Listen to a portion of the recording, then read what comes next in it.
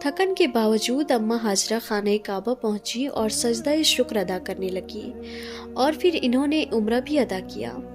عمرے کی ادائیگی کے بعد اماں ہاجرہ کا بیٹا ان سے کہنے لگا کہ اماں کچھ دیر ہوٹل کے کمرے میں جا کر آرام کر لیتے ہیں، لیکن اماں ہاجرہ کہنے لگی کہ نہیں، میری آنکھیں تو کب سے اپنے رب کا گھر دیکھنے کے لیے بے چین اور بے تاب تھی، ابھی تو میری نگاہیں سیراب بھی نہیں ہوئی۔ تمہیں جانا ہے تو تم جاؤ، لیکن میں تو یہیں بیٹھ کر اپنے سونے رب کے گھر کو دیکھنا چاہتی ہوں۔ یہ کہہ کر اماں ہاجرہ وہیں حرم شریف کے فرش پر بیٹھ گئی۔ ابھی بھی ان کی زبان پر وہی خاص ورد جاری تھا، اور وہ بڑی محبت اور پیار سے اپنے رب کے گھر کو غور سے دیکھ رہی تھی۔ اچانک ان کے دل کی حالت عجیب ہونے لگی۔ انہوں نے ورد کرتے ہوئے اپنی آنکھیں بھی بند کر لی، اور تھوڑی دیر بعد آنکھیں کھول کر خانہ کعبہ کے اوپر کالے آسمان کو دیکھنے لگی۔ انہوں نے دیکھا کہ آسمان پر نور چھا رہا تھا، اور سفید رنگ کی پرندے نما کوئی مخلوق خانہ کعبہ کے اوپر اڑتی ہوئی نظر آئی۔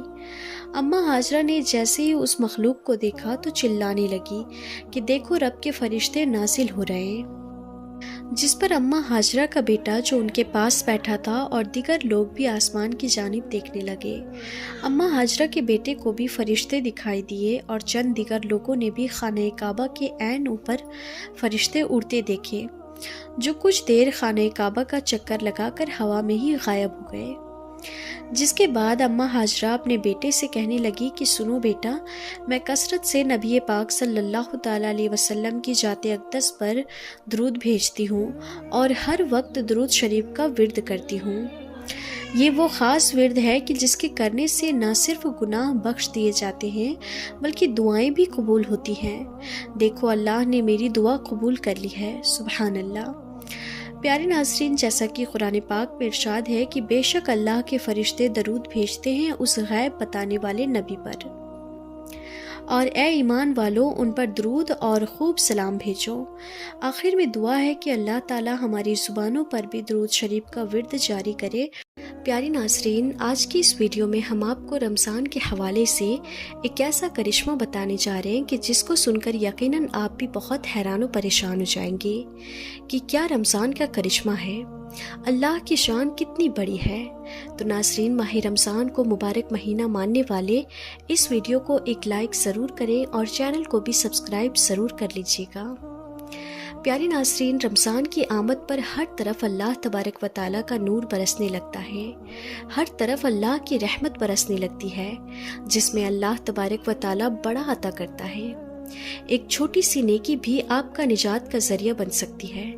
ناظرین، اس ویڈیو کو محبت کے ساتھ پورا آخر تک دیکھ کر ایک چھوٹی سی نیکی ضرور کریں۔ اس مہینے میں اللہ پاک سب کی دعا قبول فرماتا ہے۔ اس مہینے کا ہر کوئی بے صبری سے انتظار کرتا ہے۔ مسلمانوں کے اندر ایک عجیب سی خوشی نظر آتی ہے، ہر طرف رونق ہی رونق ہو جاتی ہے۔ ناظرین، ایک 7 سال کا چھوٹا بچہ تھا جو جمعے کی نماز پڑھنے مسجد میں گیا۔ جمعے کی نماز کے بعد امام صاحب رمضان اور روزے کی فضیلت بیان کر رہے تھے۔ یہ بچہ بھی رمضان اور روزے کی فضیلت کو بڑے توجہ سے سن رہا تھا، اور اس کے دل میں بھی خواہش پیدا ہو گئی کہ وہ بھی روزہ رکھے گا، وہ بھی سحری کرے گا، وہ بھی افطاری کرے گا، وہ بھی اللہ کی حمد و ثنا کو بیان کرے گا۔ پیارے ناظرین، ابھی یہ بچہ صرف اور صرف 7 سال کا ہے۔ آپ اس کے اندر کا جذبہ دیکھیں، رمضان روزے کی محبت دیکھیں، اور یہی حال اور یہی جذبہ رمضان شریف میں تمام بچوں کا ہوتا ہے۔ ناظرین، وہ بچہ یہ بیان سننے کے بعد اپنے گھر جا کر اپنی ماں سے کہتا ہے کہ ماں، مجھے بھی روزہ رکھنا ہے، مجھے بھی سحری میں اٹھا دینا۔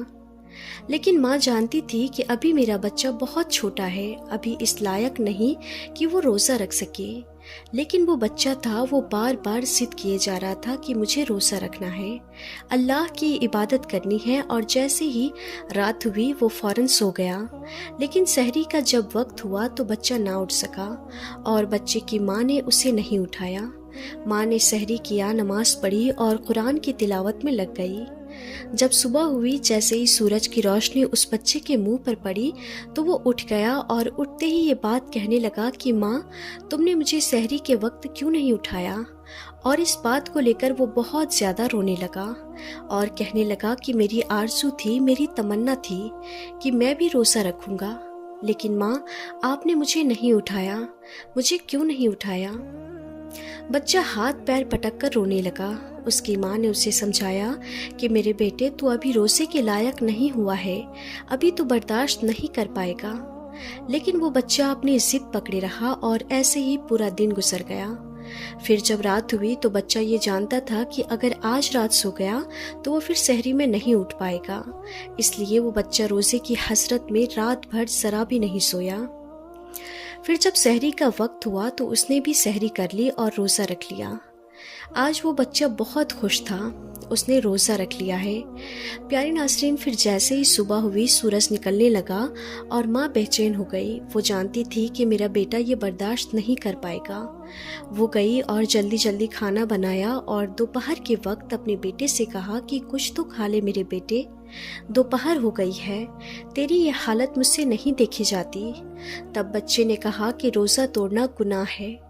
تب ماں بولی کہ تیرا گناہ میں لے لوں گی سب اپنے سر، کچھ تو کھا لے میرے بیٹے، دوپہر ہو گئی ہے۔ بیٹے نے کہا کہ ماں میں نے سنا ہے کہ جنت میں ہر ایک روزے دار جائے گا اور حشر کے دن جلوے پروردگار پائے گا۔ ماں میں روزہ نہیں توڑوں گا۔ لیکن وہ ماں تھی ناظرین، ماں آخر ماں ہوتی ہے۔ وہ بار بار کہی جا رہی تھی کہ میرے بیٹے تیرا گناہ میں اپنے سر لے لوں گی، تو روزہ توڑ دے، تو کچھ کھا لے، روزہ برداشت نہیں کر پائے گا۔ لیکن اس کا بیٹا تھا، وہ کسی بھی حال میں نہیں مانا اور وقت گزرتا گیا۔